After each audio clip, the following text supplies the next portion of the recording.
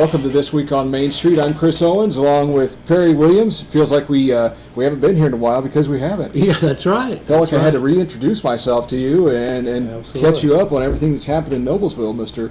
World Traveler. Yeah, I've spent some time down south. Oh, not world, but south. So it is like a little bit of a different. It's a different world. Absolutely.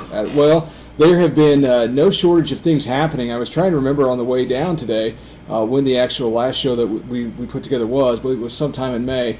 We have had a lot of events and things happening since that time. We kicked off our Music and All That Jazz series on the Square with high school students back at the end of May. We had a wonderful evening at the bed race supporting the Parks Department and the Boys and Girls Club for our first Friday in June, and we had people out on Saturday, June 4th for the Old Mill Festival. Unfortunately, we also had a lot of rain that day, so that may have kept some of the people down. But it's been a busy couple months so far. You know, but the one comment we heard about the Old Mill Festival, the people who did come bought. That's right. So, you know, there wasn't a lot of people just strolling through they were spending money with the vendors, so that's a good thing. You know, of course, you and I have talked about this, and it's kind of my little thing as far as the high school performing having that contest at All That Jazz. That's a great thing, and you know, the more we can get our young people involved in coming downtown and see that's a great place to be. Well, and it's been really interesting as a downtown Noblesville resident to see the way that weekend has kind of shaped up, and now it's transformed to the Lions Club is out on Friday, even in the morning with pork chops now, and they've got the pork chop dinner that happens that evening, so a chance to eat throughout the day there, and then of course they host the pancake breakfast on Saturday, which goes well into the afternoon. But that, paired with the bed race and the Old Mill Festival, that weekend has really turned into the kickoff to summer in downtown. Absolutely, it's really blossomed. And kind of across the board too, several different reasons for people to come down and be involved.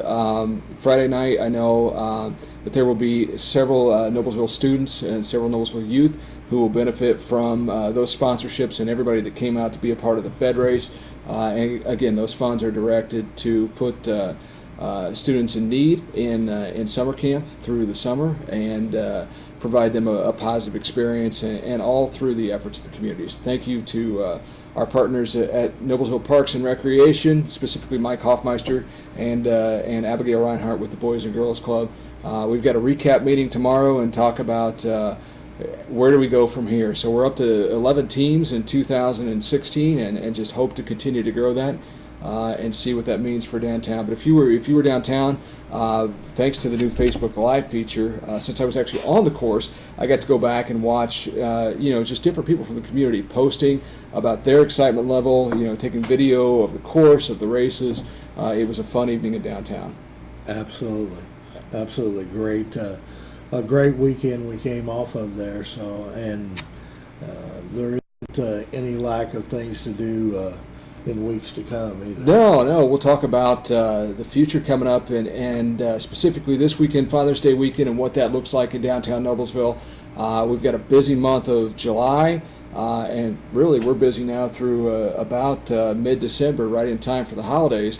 We'll talk about all that coming up, but one event that I want to mention that garnered a lot of attention on social media was our debut event, Meals for the Market, last Thursday. Absolutely. And our board of directors took a look at the Thursday market, which had been a 3-year program that we had offered, and really tried to revamp and create something unique, and we did just that. The images you're seeing are of the event last Thursday. It was a limited dining event for 40 people.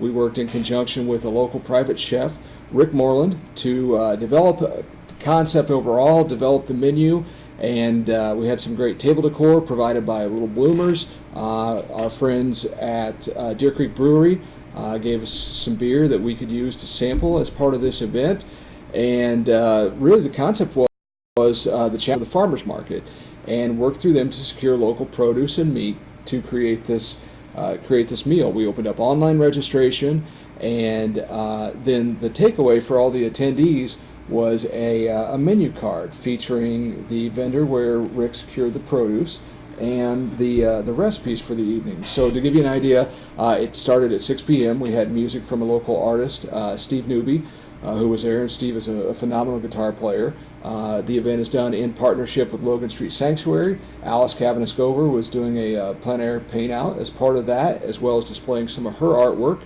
And then the menu for the evening featured bruschetta, was the first course that was there and available on site. Then Chef Rick had a salad with a local raspberry vinaigrette. The entree for the evening was a stuffed pork chop, a chorizo stuffed pork chop. I can see your mouth watering right now because it's almost lunchtime. With roasted potatoes, and then he had strawberry scones using local berries for the dessert. So that's kind of the concept, is whatever we can do to promote this farm-to-table concept with our local farmers, participants in our farmers market. And it's really kind of fun to see Rick's excitement as we talk about future events and where he wants to take these menus. Yeah, and I think the other great thing that has to be commended by Noblesville Main Street is, we definitely, and I was a part of it, I know you were, and Darren Peterson poured his heart and soul into that Thursday market.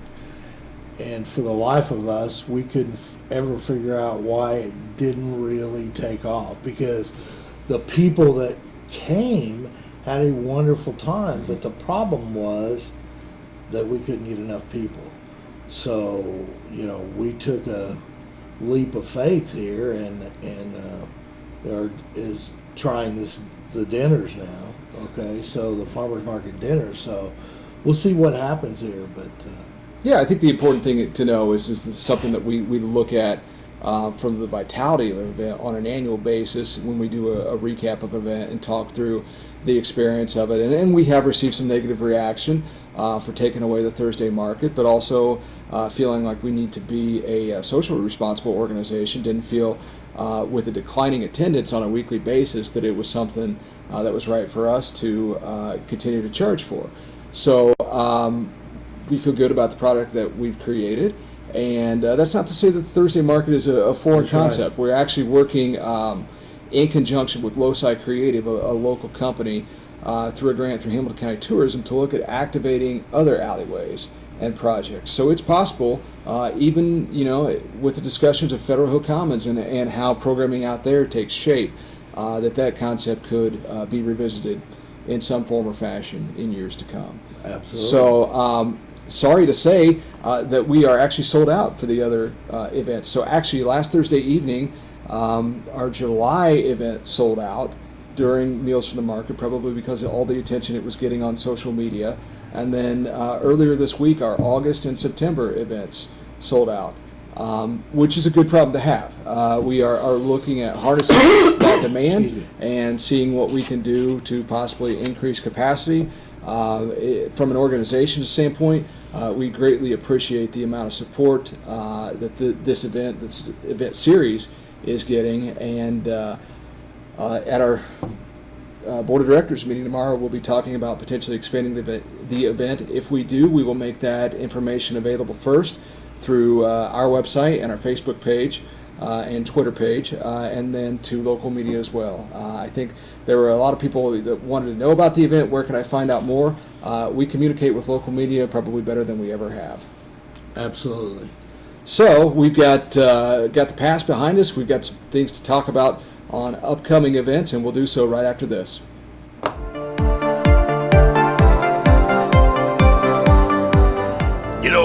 When Margaret and I decided to sell the old estate here, we had only one choice in signage: Logan Street signs and banners. Conveniently not located on Logan Street anymore, but rather located on 10th Street on the south side of Noblesville. Well, we sold the old beauty, and we were able to buy this wonderful estate. And we had so much money left over, I was able to buy this beautiful 1968 Eldorado Cadillac for Margaret. Only 472,000 miles. Margaret loves it because it's got those big seats and that heavy-duty suspension to support her svelte frame. Next time you're looking for signs or banners, call old Jim at Logan Street Signs and Banners, 773-7200. Conveniently not located on Logan Street anymore.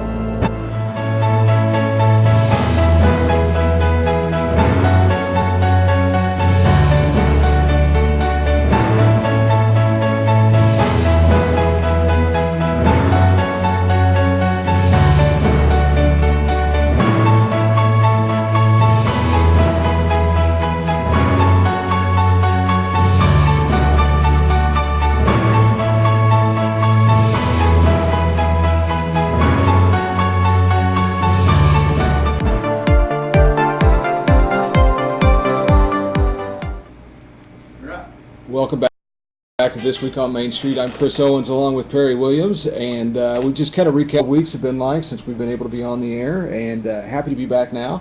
As we sit here on a Wednesday currently, it's going to be a busy weekend, and just looking through the schedule of things ahead, I guess a new benefit this year. We always know that a couple weeks after we do that kickoff to summer weekend in downtown Noblesville, it's going to be the Strawberry Festival. Absolutely. And they've expanded.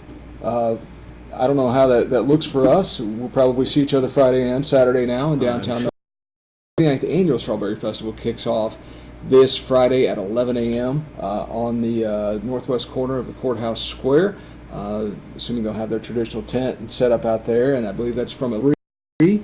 And then the second in our music and all that jazz series. And this week we'll feature local teacher and guitar aficionado David Hartman.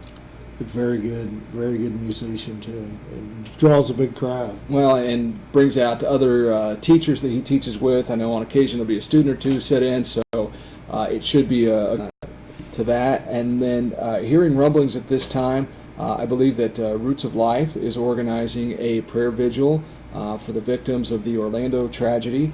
And as the information has come in this morning, I believe that will take place on the west side of the courthouse at 9:30. And that's what I was told. Pastor Terry Ditzler and others of the faith community organizing that. So chance for those who want to be involved to get out and do that. Saturday is going to be a big day, and it's capped off because it's Father's Day weekend, so happy Father's Day in advance. Thank you. Same to you. And I appreciate that. Saturday at the Farmers Market, 8 a.m. to noon, next to Riverview Health. It's Kids Day this week, which is going to be fun. And Paul, our market master, has been hard at work putting some elements together for that. Appreciate the support of Kids Zone Party Rentals here in Noblesville and Cicero Fun Factory. I believe that there is going to be an inflatable on site.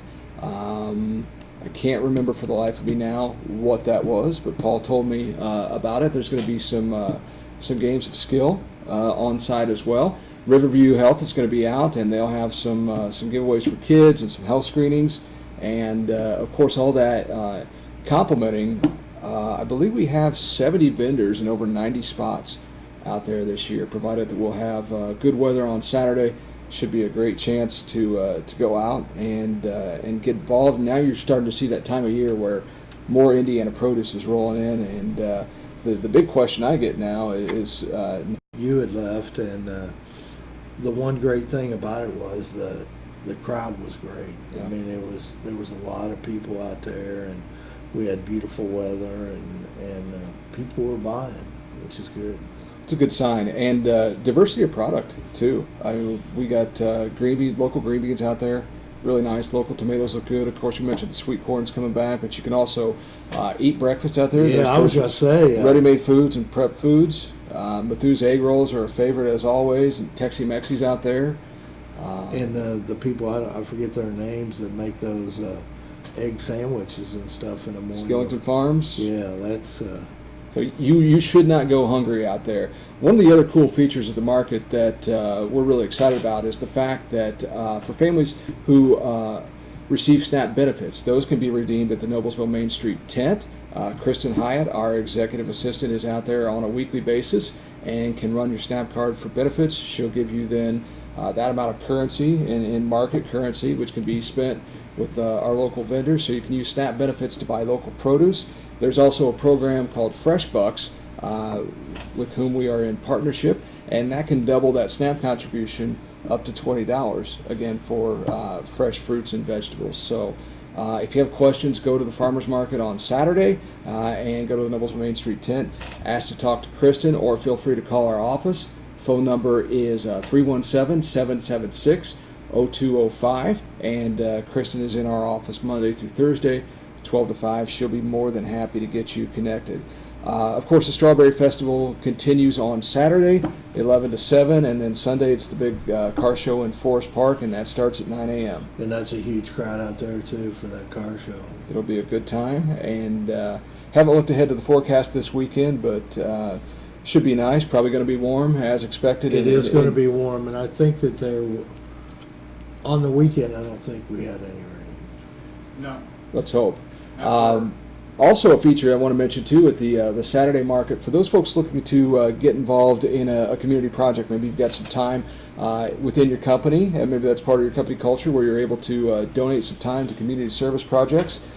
Serve Noblesville begins next week, and part of the plating team will be out at the farmers market at our community booth on Saturday. So if you're looking for an opportunity to get involved, Serve Noblesville runs June 22nd through June 25th.